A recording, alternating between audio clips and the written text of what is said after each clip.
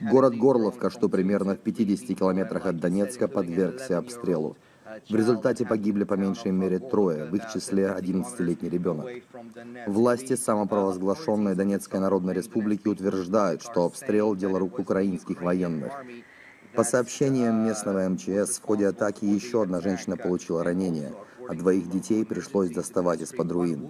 Они не пострадали, однако сам факт наличия завалов указывает на применение тяжелой артиллерии против населенного пункта.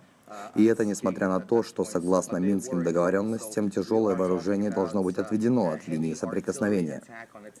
Обе стороны возлагают друг на друга ответственность за нарушение режима прекращения огня. Сегодняшнему обстрелу Горловки предшествовал инцидент на окраине Донецка, где артиллерийский снаряд попал в жилой дом. В результате погиб проживавший там пожилой мужчина.